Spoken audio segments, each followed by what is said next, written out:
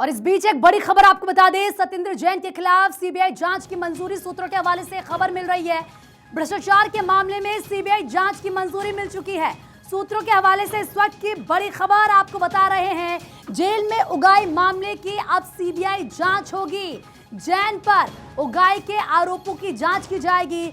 सुकेश चंद्रशेखर ने उगाई का आरोप लगाया है और सीबीआई को जांच की मंजूरी मिल चुकी है। सत्येंद्र जैन की मुश्किलें अब और ज्यादा बढ़ने वाली है। सुकेश चंद्रशेखर से कथित तौर पर 10 करोड़ रुपए की उगाही के मामले में गृह मंत्रालय ने सत्येंद्र जैन के खिलाफ सीबीआई जांच की मंजूरी दे दी है।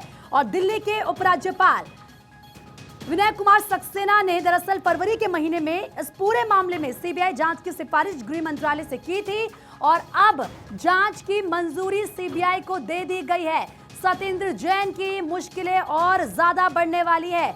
आम आदमी पार्टी के जो बड़े नेता हैं, जो दिग्गज नेता हैं, उनकी एक के बाद एक मुश्किलें बढ़ रही हैं। सत्येंद्र जैन किस तरीके से पहले ही वो सजा इस वक्त जेल में बंद है और अब जब उनके खिलाफ सीबीआई जांच की मंजूरी दे दी गई है तो जाहिर सी बात है कि मुश्किलें और ज्यादा बढ़ने वाली है। सुकेश चंद्रशेखर ने कथित तौर पर आरोप लगाया था और सुकेश चंद्रशेखर से ही ये है कि कथित तौर पर 10 करोड़ रुपए की उगाही की गई और इसी मामले को लेकर अब सीबीआई जांच की मंजूरी मिल चुकी है।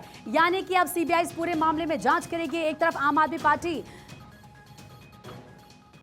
के जो अरविंद केजरीवाल हैं, आप देखिए उनकी मुश्किलें बढ़ चुकी हैं। दूसरी तरफ सत्येंद्र जैन जो ऑलरेडी जेल में है, उनकी और मुश्किलें बढ़ने वाली हैं। इस वक्त ज्यादा बातचीत के लिए हमारे सहयोगी सुरेश झा हमारे साथ जुड़ चुके हैं। सुरेश, और क्या कुछ जानकारी आपके पास, क्योंकि हम देख रहे हैं सत्येंद्र जैन पहले ही जेल में है और अब कहीं ना कहीं जो सीबीआई जांच की मंजूरी मिल चुकी है, यानी कि मुश्किलें और ज्यादा खड़ी होने वाली है आम आदमी पार्टी के लिए। देखिए, आप बताएं कि भ्रष्टाचार के मामले में जिस तरीके से एक के बाद एक आप पार्टी के संस्थापक हैं अरविंद केजरीवाल, वो खुद सीबीआई की हिरासत में है, सॉरी ईडी की हिरासत में है। ईडी उनसे लगातार पूछताछ कर रही है। अब जैसे सत्येंद्र जैन भी पहले से तिहाड़ जेल के अंदर है और उनका जो मामला निकल के सामने है, जिसमें एक पुराना मामला था, जिसमें करप्शन का मामला था, जिसके अंदर सीबीआई को मंजूरी नहीं मिली थी, लेकिन अब जो है सीबीआई को इसके मामले की जांच की मंजूरी मिल चुकी है। अब ये माना जाए इस मामले की जांच की जो मंजूरी सीबीआई को मिली है तो यकीनन एक बार फिर से सीबीआई जो है अब सत्येंद्र जैन को इस मामले में पूछताछ करने के लिए तलब कर सकती है। यानी अब कह सकते हैं कि सत्येंद्र जैन की मुसीबत अब जो है इस पूरे मामले के अंदर एक बार फिर से बढ़ेगी और सीबीआई जब उनसे पूछताछ करेगी तो इसके अंदर हो सकता है कि इनको हिरासत में लिया जाए, इनको रिमांड पर लिया जाए, तो कहीं ना कहीं आने वाले दिनों में इनके लिए मुसीबतें और भी बढ़ सकती हैं।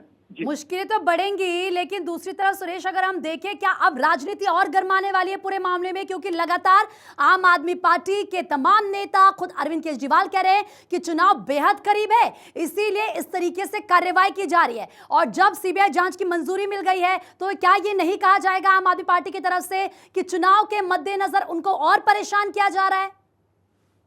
देखिए, हम बता दें आपको पूरी बात कि इस पूरे मामले के अंदर जिस तरीके से अरविंद केजरीवाल अभी जो है ईडी की हिरासत में है, फिलहाल जो है उनकी पत्नी ने दावा किया था कि जब उनकी कल पेशी यानी की गई थी तो उनको ये दावा किया गया था कि वो एक खुलासा बड़ा करेंगे, लेकिन खुलासा बड़ा क्या हुआ वो किसी को कुछ नहीं पता।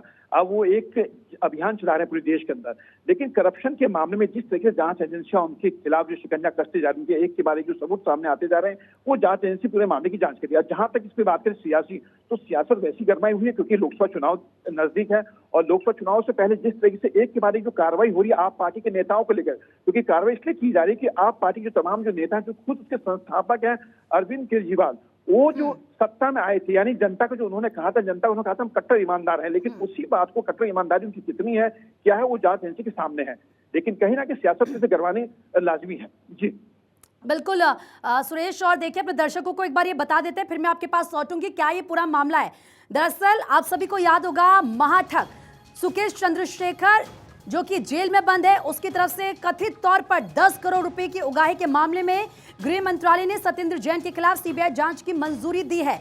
गंभीर आरोप सत्येंद्र जैन पर लगाए गए। सत्येंद्र जैन जिस तरीके से तिहाड़ जेल में बंद है, उनकी पहले से मुश्किलें बढ़ी हुई है। तमाम सीसीटीवी फुटेज भी सामने आए थे, जिसके बाद उनकी मुश्किलें और ज्यादा बढ़ गई थी कि वो आराम से जेल के अंदर रह रहे थे, मजे से रह रहे थे, कोई दिक्कत उनको नहीं थी। लेकिन अब देखिए, दिल्ली के उपराज्यपाल विनय कुमार सक्सेना ने फरवरी के महीने में इस पूरे मामले में सीबीआई जांच की सिफारिश गृह मंत्रालय से की थी और सुकेश चंद्रशेखर ने जैन पर आरोप यह लगाया कि बतौर प्रोटेक्शन मनी तिहाड़ जेल में रहते हुए उससे 10 करोड़ रुपए की उगाही की गई थी।